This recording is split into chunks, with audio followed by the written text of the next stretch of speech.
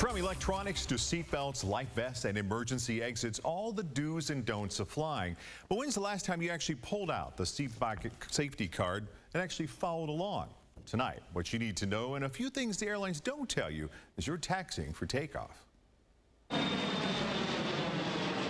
Catch a flight and it's all about safety.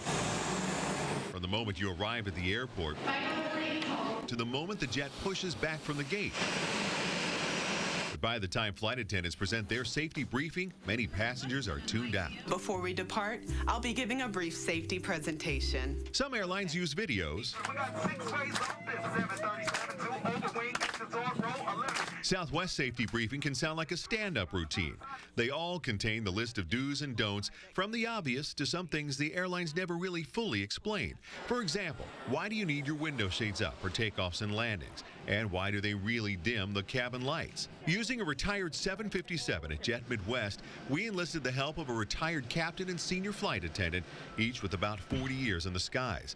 They say your safety really is their #1 priority. You want people to be aware that the most important aspect safety-wise is, we used to call it +3 -8. The first 3 minutes of flight and the last 8 minutes of the flight are the ones, if you're going to have an accident, that's when it's going to happen. That's why you're asked the obvious. Seat belts, seat backs, tray tables, your carry-ons, and all your loose articles in their proper places. Everything in that cabin is a weapon when this thing stops, and because it's all going to be coming forward.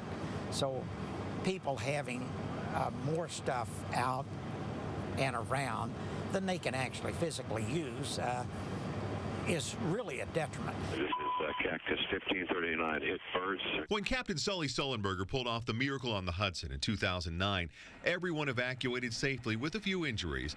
Coincidentally, many passengers left the plane for the water without their life vests, a key part of the safety briefing. We would always tell the passengers, put your arms through the strap loops, so we'd show them like this. As someone who's seen the demonstration many times, when Pam asked me to put one on, I have to admit I found it awkward and actually got tangled up in my first attempt. And I still forgot to pull down on the front straps to tighten everything up. It's not as easy as it feels. In an emergency, before ever opening an exit door, you have to look outside for dangers or obstacles.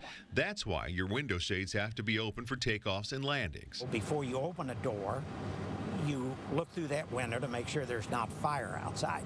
Or in the case, as Sullenberger's deal, one of the doors may well be underwater. In fact, on Sully's plane, a passenger panicked and opened a rear door, which was below the water level, allowing the plane to flood. But just how well would we perform if told to evacuate? This is heavy. This is really heavy. I got the door off with no problem.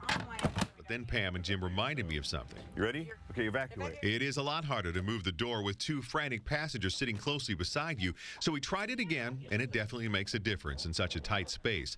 After a little maneuvering, we made it safely out on the wing. That is a lot harder with 2 people beside you. Which brings us to one last safety step. The airlines don't always explain when it comes to an evacuation. Why do they really dim the cabin lights for takeoffs and landings? That's to acclimate everyone's eyes to the situation that they would potentially be in a evacuation or a rejected takeoff or something that you don't want people going out of the airplane blind. Well, the bottom line, some of that responsibility does lie with you. So you want to pay attention, plan an exit strategy in the event of an emergency. And they say don't be afraid to nudge a fellow passenger to put something back under the seat during takeoff or landing, or turn off the phone, something you do see often. And you want to be able to have that clear exit. Kind of makes me wish I could pick the person opening the door if I'm in an emergency. Anything you'd do differently after you went through all this? Yeah, I'm one of those business travel people who thinks you know it all, and I've got to tell you now, I check under the seat to make sure the life vest is there. Now you do? Pam was telling me that no one ever checks, and they always start every day with a full complement of life vests, but she said sometimes on the 3rd, 4th leg of the day, somebody might call them over and say, hey, I got no life vest under here. I've never even People take looked. them as souvenirs.